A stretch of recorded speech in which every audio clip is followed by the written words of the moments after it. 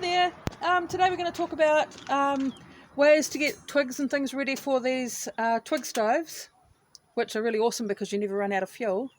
Anyway, one of the best ways you can find twigs that have already dried out, which when you snap them you'll wind up with all these rough edges, but hey, they still are alright.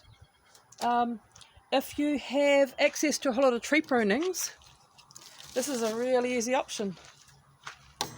Right, you start by peeling off all the leaves and throwing them into one container so they're out of the way. Pull the leaves off. This is a lemon tree that my neighbour let me use for this. And you start by cutting all the small twigs into one size container. This is really easy when the twigs are still fresh.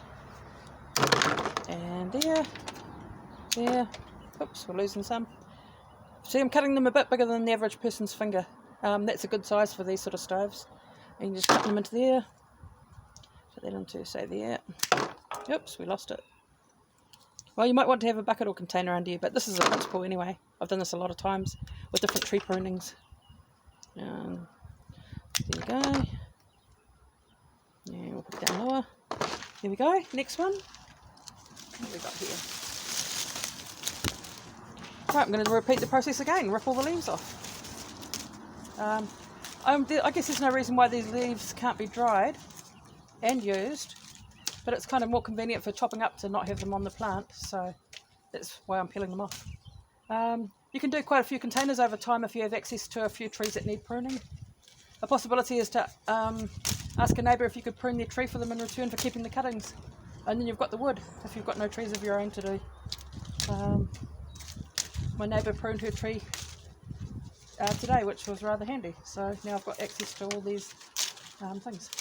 Right, rather than showing you that forever, I will making a very long video of that. I'll cut that off and just show you the same principle. As soon as you've got it de-leaved, you chop it into about finger-sized pieces. Oh.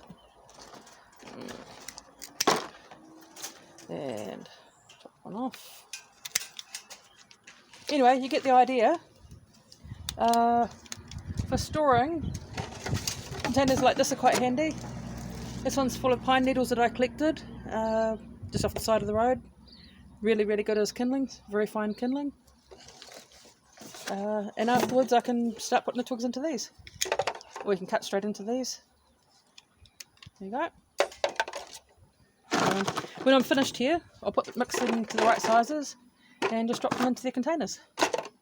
And then you've got to leave these for about a year or so, and they'll be bone dry, ready to be used on these twig stoves.